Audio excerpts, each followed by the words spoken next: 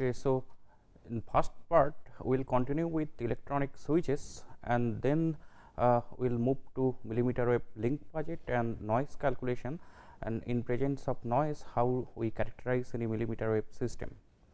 So let us continue with electronic switches. So last day we are discussing about a given switch, we can use it in shunt configuration as well as in series configuration. Now usually looking at the value typical capacitance or resistance values, a few ohm or capacitance a few picofarad, that we have seen that in shunt configuration the switch will give better isolation. Now let us say whatever isolation we are obtaining from any given switch, it is not enough. So in that case how we can improve the isolation further? So in that case we can use the same switch two numbers in series shunt configuration. So here is one example. So you can see one antenna, it is connected to receiver side and transmitter side. So now when the transmitter is connected to antenna, in that case the switch whatever we are using in series configuration, it is in on condition, and in shunt configuration it is in off condition. So that means in equivalent circuit in right hand side shown here. So in on condition the switch will replace by its equivalent resistance R series, and in off condition will replace its by equivalent capacitance which is C off, and in this situation we call it a series shunt configuration. Similarly right hand side can be modeled. Right hand side together these two switches it forms a series shunt switch and it is in off condition. So the switch or a pin diode which is off, we represent it by C off, and the switch which is in on condition we represent it by series resistance which is grounded. So now how isolation improves in this case? So we see, let us consider the switch which is in off condition, that is the receiver side.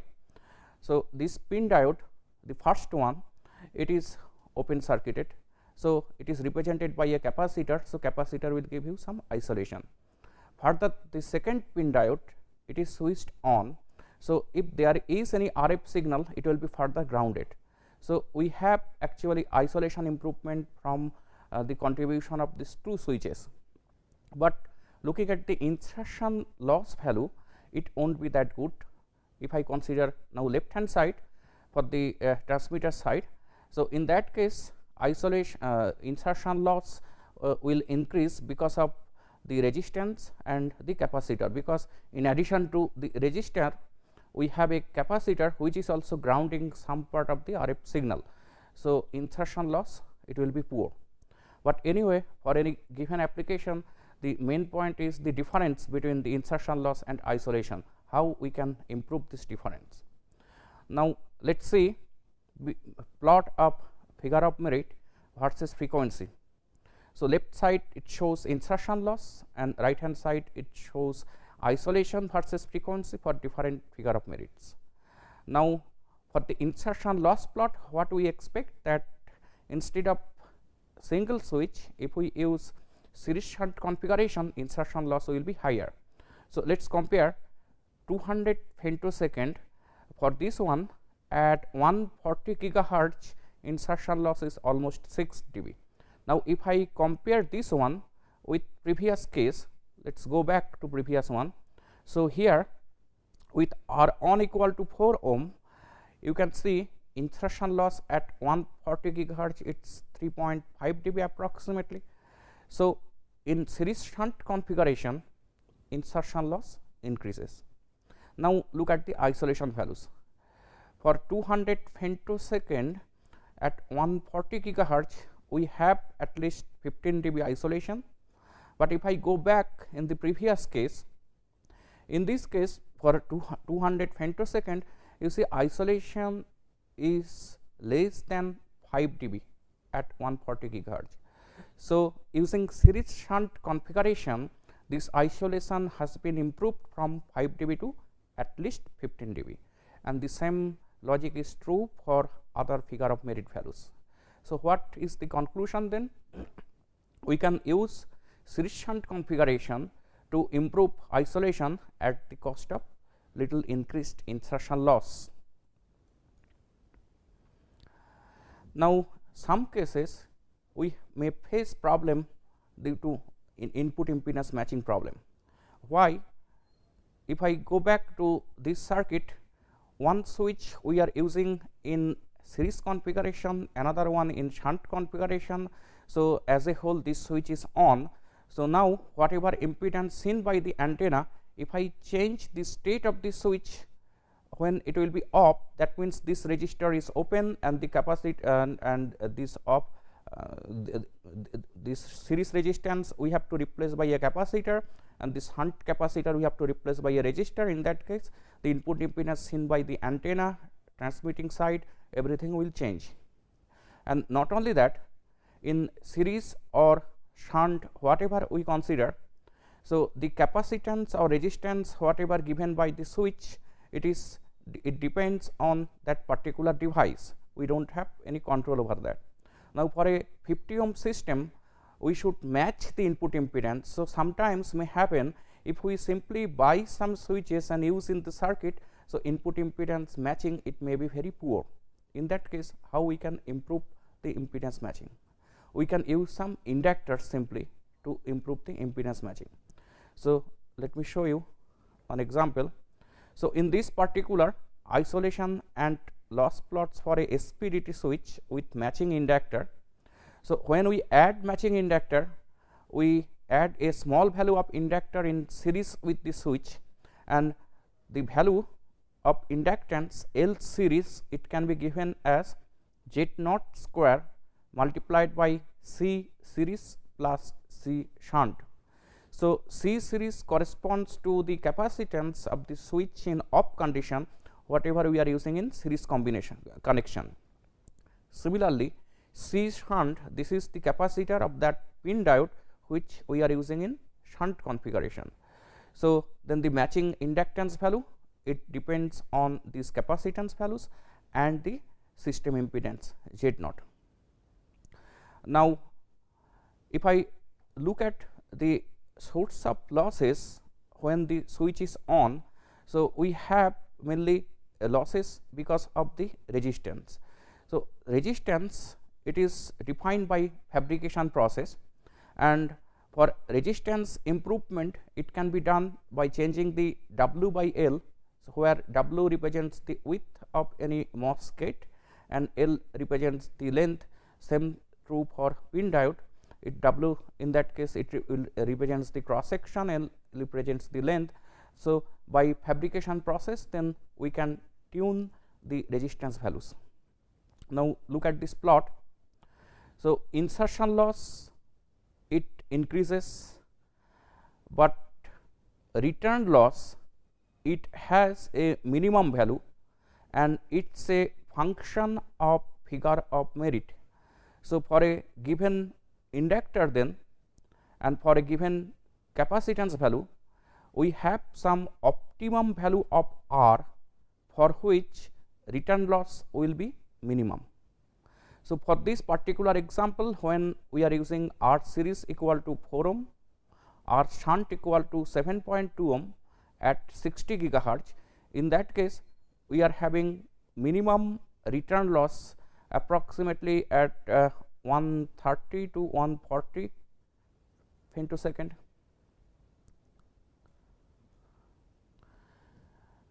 Already we have discussed how to implement a switch by using PIN diode. Now, let us see how we can implement switch by using FET. Now, in FET or NMOS or PMOS, both are available in market, but usually when we go for high frequency applications, NFET or NMOS is preferred. Why? Simply because electron mobility is higher than the hole mobility. So, we can use NFET at even millimeter wave frequencies, and there are some alternatives also. Already we know the devices.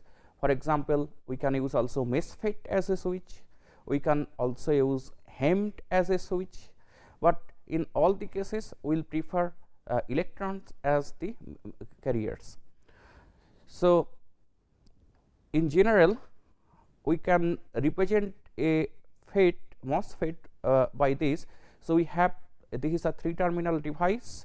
If we neglect the body terminal, then we have source, drain and gate. The control voltage is applied at the gate terminal.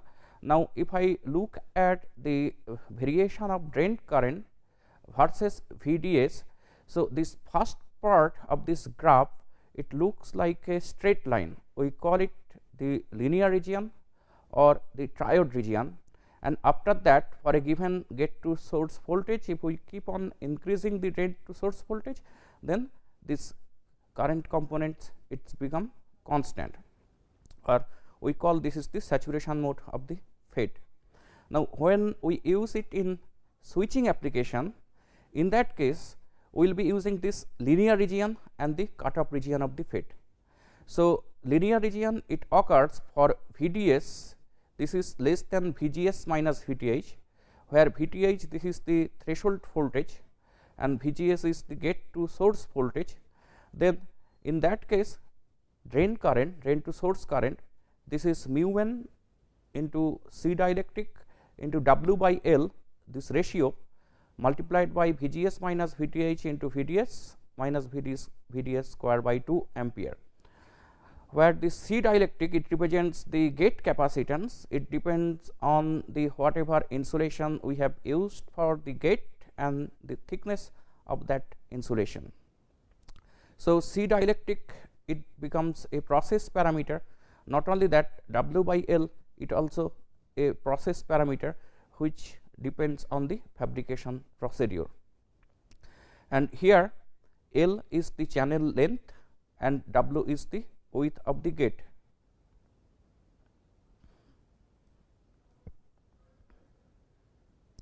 So, the on state resistance we can consider a VDS value sufficiently smaller, then in that case R on that is equal to L by mu n C dielectric into W into VGS minus VTH ohm, and the channel is off, the switch is off, then when VGS is less than VTH we do not have any inversion layer inside FET. So, if LOV is overlap length between the gate and the source or drain, so off state capacitance we can represent like twice epsilon dielectric into W L overlap divided by T dielectric, it is in farad. So, for this given FET, then we can calculate what is the figure of merit. It comes simply R into C, which is twice L LOV divided by mu n into VGS minus VTH, and the unit is second. Now, for improved figure of merit, what we have to do? We have to decrease the channel length. Similarly, we have to decrease the VTH. So, W by L it is a process parameter.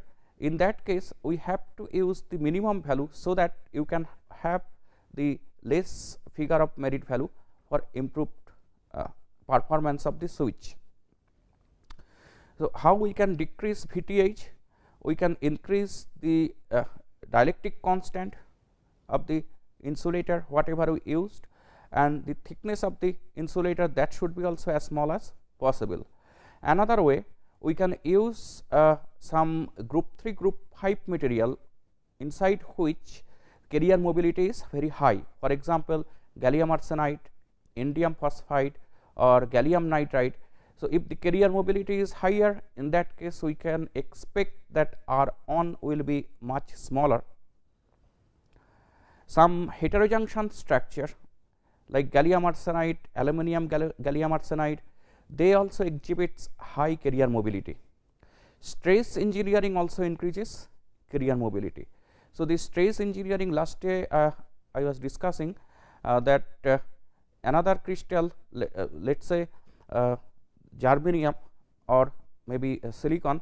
So, one crystal it is just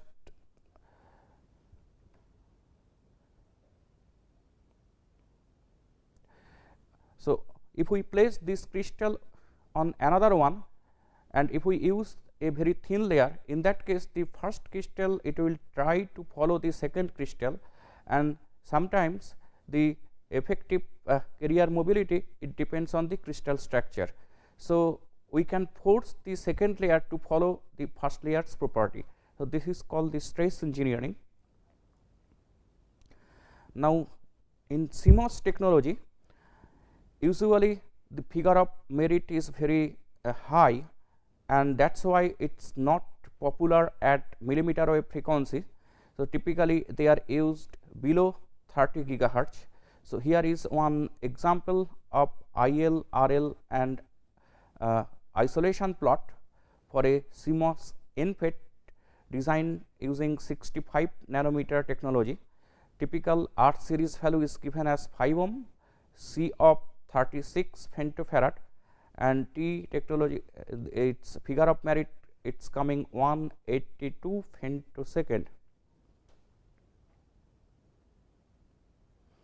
Sometimes we can use parallel inductors to improve the performance of the switch.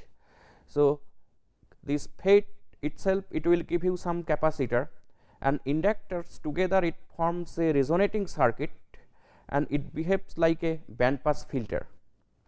So, that is how sometimes we can improve the performance of a FET switch. So, here is one example of NFET switch with inductors. So, for this typical switch, we are using 520 picohenry in series and 3.5 nanohenry in parallel combination, and that will give a band pass filter like response. The response is shown here. So, you can see insertion loss, it is minimum at the resonating frequency approximately 41 gigahertz. Not only that, due to that resonance behavior at this frequency, return loss is maximum. So, we have very less reflection from the input of the switch, and also isolation is maximum. Now, one problem with FET or CMOS switch is that whenever we are using them, we are considering only small signal equivalent circuit and switching between the cutoff state and linear region. But let us say one FET switch already it is in cutoff region, we are expecting that switch will be in off condition, but the applied electromagnetic signal magnitude is so high, sometimes it can turn on the FET. So, we can't use it for very high power applications. So, this is a limitation for FET switches. So, there is an alternative that we can use stacked FET configuration. So, here is one example, stacked FET device. So, instead of one, we are using 3 FETs in parallel shunt configuration. So, whatever voltage we are applying, it is now being divided into 3 components. So, that is how we can improve linearity of the given FET switch, but only one problem is that conventional CMOS fabrication procedure, they can't fabricate this type of stacked FET. So, we have to use some non-standard procedure and fabrication cost will increase. Another important point, when we go for high power applications, so what is the 1 dB compression point of the switch? So, you remember that we are assuming the switch as a linear device. So, here how we obtain that 1 dB compression point, this is first we have to plot the output power versus input power. It should follow a straight line if it is a linear device, but for high power it starts to deviate from the straight line, and when this deviation is 1 dB, the corresponding input power we call the 1 dB compression point of the switch. Here this is a plot for a typical FET switch, and we see for this particular switch 1 dB compression point is at 40 gigahertz, and it is coming for 3.6 dBm of input power. So, here is performance comparisons. we have different type of FET switches in HEMT technology, in travelling wave HEMT technology. So, what is travelling wave HEMT technology? Here multiple HEMT switches, they are used in cascade connections by using a by separation of transmission line section. So, we use some transmission line among the FET switches to connect them, and that is why we call it travelling wave type HEMT. So, if we compare these switches performance, we see the insertion loss is lower for reference 3 and the blue one reference 4. So, mainly the HEMT and PHEMT switches, they are better performance compared to conventional FET switches. Look at the isolation values.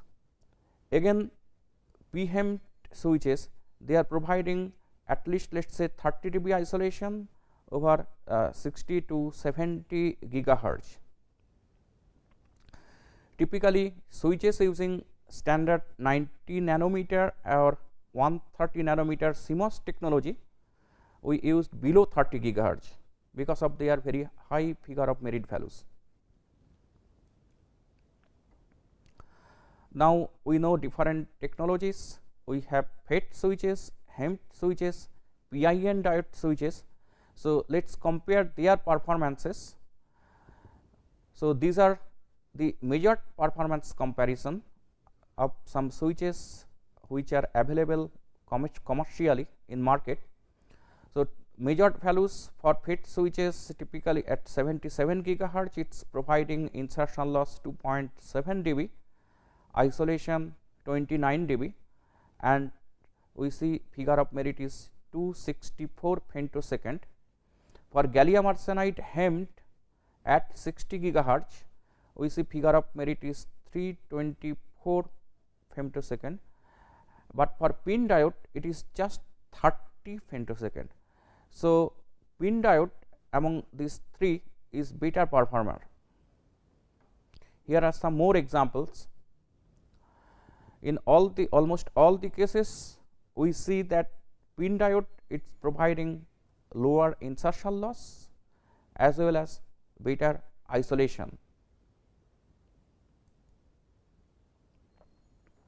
Now, what are the challenges associated with electronic switches? So, the first example is maximum power handling capability. P max, it can be given by E g to the power 4 into V s square by F square, where E g this is the band gap energy. So, higher is the band gap energy, maximum power handling capability is higher. V s is the saturation velocity. If the saturation velocity increases, in that case also we can increase power handling capability, and it decreases with increasing frequency. So, different materials will provide then different maximum power handling capability. Now, if we use PIN diode, although in previous chart we have seen that PIN diode it is providing minimum insertion loss and maximum isolation even at 100 gigahertz and beyond, but the main problem with PIN diode is the biasing current. For PIN diode, typical bias current it can be as high as 10 milliampere or even more than that. Now, consider we are using a phased array antenna or similar type of applications where we have hundreds of switches. So, it will consume very high DC power. So, it is a problem for PIN diode. Next, for FET, the problem is its lower power handling capability. For high power applications, we can't use FET switches, but the advantage of FET switch is its low power consumption compared to other switches. Similarly, gallium nitride or gallium arsenide switches, although they provide better figure of merit compared to FET switches, but we face integration problem, high contact resistance. So, finally, we have to provide some contact switch by using some sort of metals. Then third order intermodulation, so it can generate high frequency components. Then high negative pinch off voltage, typically for gallium nitride based switches. So, here are some examples of fabricated switches. These are some photographs. Left hand side shows millimeter wave CMOS switches. So, this top layer, this spiral, they are actually inductors. So, we can't fabricate inductor inside chip, we have to fabricate the inductors on top of the chip. So, you can see this spiral, they represents the inductor. So, not only inductors, we need also capacitor. So, inductors and capacitors they use for RF and DC blocking. Right hand side pictures, it shows several pin diodes with their packages. So, they are based in rectangular waveguide technology. Inside the rectangular waveguide, pin diode is housed. You can see for a given component, this small aperture, it shows the input line, we have output line on the other side, and the SMA connectors they are actually using for the biasing or the control signal. These are some name of the companies, different types of switches available from these companies. So, we will take a break, then we will start millimeter wave propagation.